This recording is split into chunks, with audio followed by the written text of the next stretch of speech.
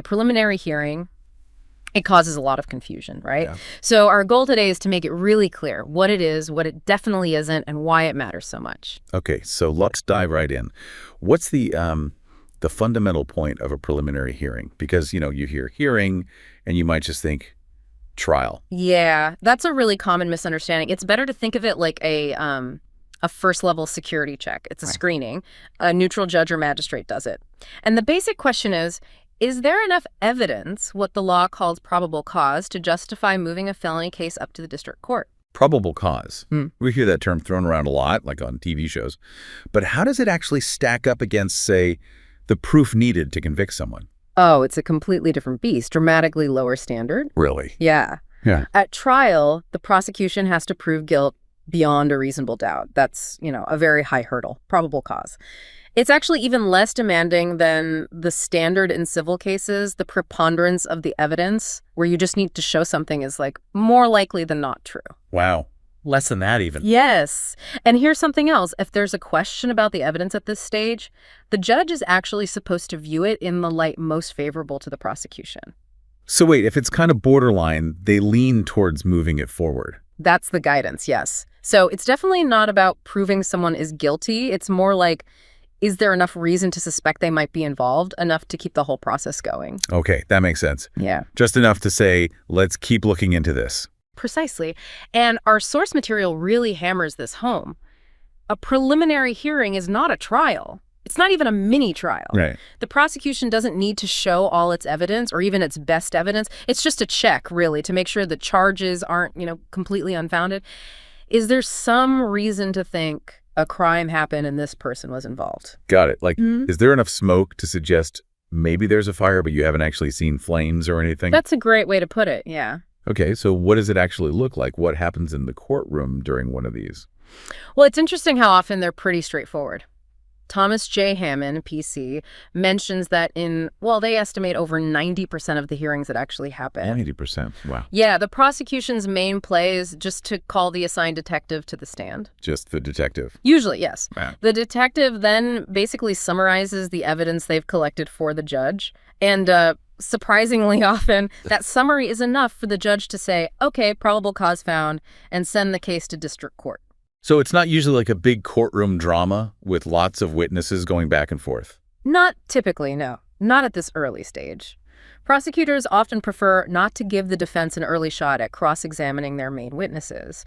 So calling those live witnesses is much less common. Okay.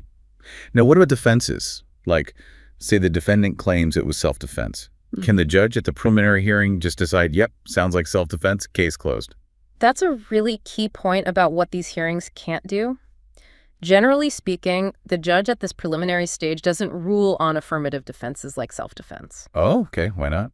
The rationale is that those kinds of defenses, arguing you did the act but had a legal justification, are usually considered questions for a jury to decide later on at a trial.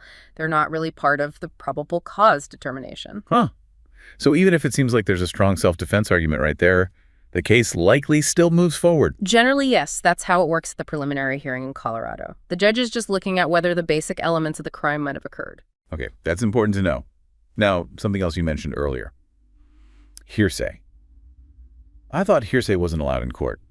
You're right. Usually in a trial, hearsay, what somebody told somebody else is generally inadmissible. Big rule. Yeah. But preliminary hearings are different. Hearsay is allowed. Seriously. This seems like a huge difference. Why allow it here? It does feel counterintuitive, doesn't it? The thinking is, again, this is just about probable cause, not guilt. It's a lower bar, less formal. Now, technically, the law says the prosecution can't rely only on hearsay. Okay, there has to be something direct. Ideally, yes, some non-hearsay evidence linking the defendant. But the reality, according to our source, prosecutors often present cases that are almost entirely hearsay. And judges allow that? Frequently, yes, even if the defense objects. So someone could find their felony case bound over for trial based largely on secondhand accounts without ever directly facing their accuser at this stage. It really highlights just how low that probable cause standard can be. Wow. So a detective could just repeat what witnesses told them, and that might be enough. It absolutely could be enough to meet the probable cause standard for the preliminary hearing, yes. Okay, so if the rules seem pretty favorable to the prosecution at this point, what can the defense actually accomplish? Are there strategies they use? What are they hoping to achieve? Good question. Even though it's not a trial, the hearing isn't useless for the defense. It can actually be quite valuable. They can use it to sort of poke holes in the prosecution's story. How so? By questioning the detective, they might expose inconsistencies or gaps or maybe weaknesses in the investigation. Even just highlighting those things can start building a narrative for reasonable doubt later. So it's about laying groundwork for the future. Exactly. And sometimes showing those weaknesses early might lead to a better plea offer down the road. In really rare cases, it could even potentially lead to a dismissal right then and there, though that's uncommon. So maybe focus on the reliability of an informant or something. Precisely.